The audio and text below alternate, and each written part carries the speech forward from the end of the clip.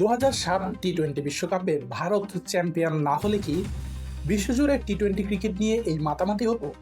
কিংবা আরও ছোট করে বললে, সেই টুর্নামেন্টে ধোনির মুনশিয়ানাগুলো না থাকলে কি এরপর আইপিএল শুরু হতো, যার সূত্র ধরে রমরমা এখনকার টি-20 ক্রিকেট?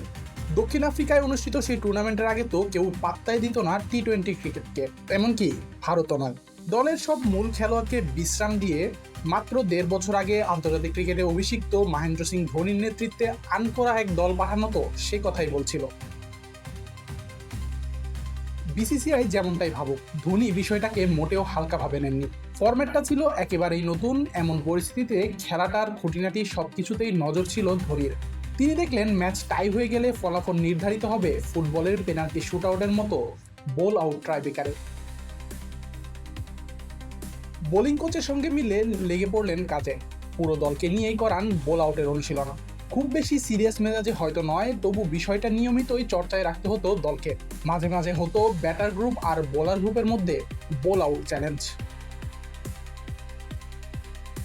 সেখানে দেখা গেল প্রথাগত বোলারদের চেয়ে ক্ষেত্রে এগিয়ে ব্যাটাররা। সবচেয়ে বেশি স্ট্যাম্পে আঘাত করছে সেওয়াগ, রবিন উথাপ্পা, রোহিত শর্মাদের বল। বিষয়টা যে ম্যাচেও কাজে লেগে যাবে কে জানতো? টি-20তে প্রথমবার গ্রুপ পর্বে ভারত পাকিস্তান ম্যাচ এসে থামলো টাইতে। ফলাফল খেলা গড়ালো টাই ব্রেকারে। সেখানে ভারতের হয়ে বল করতে এলেন বীরেন্দর সেহবাগ, ব্যাকআপ উইকেট রক্ষক রবিন উথাপ্পা আর স্পিনার হরভজন সিং, যাদের মধ্যে প্রথম দুইজনকে তো বল হাতে নিয়মিত দেখাই যায় না। বিষয়টা সম্পর্কে রবিন উথাপ্পা এক সাক্ষাৎকারে বলছিলেন, ধোনি উইকেটের পেছনে দাঁড়িয়েছিল, যা আমাদের কাজটা সহজ করে দিয়েছিল।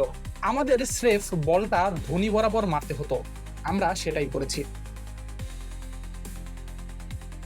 পুরো বিষয়টাই যে একটা দীর্ঘ পরিকল্পনার ফসল তা দেখা গিয়েছিল ডারবানের সেই ঐতিহাসিক ম্যাচে। আর সঠিক পরিকল্পনা না থাকলে যে পরিণাম কি হতে পারে তা দেখা গিয়েছিল পাকিস্তানের পারফরমেন্সেই। পাকিস্তান তাদের প্রথাগত সব বোলার ইয়াসির আরাফাত, উমর গুল আর শহীদ আফ্রিদিদের পাঠিয়েছিল বোলিংয়ে। কামরান আকমল দাঁড়িয়েছিলেন উইকেট থেকে অনেক অনেক দূরে, যার ফল পাকিস্তান একটি বলও স্ট্যাম্পে লাগাতে পারেনি।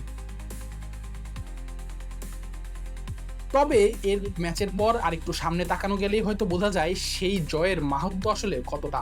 ভারত সুপার 8-এ খেলেছিল এই গ্রুপে।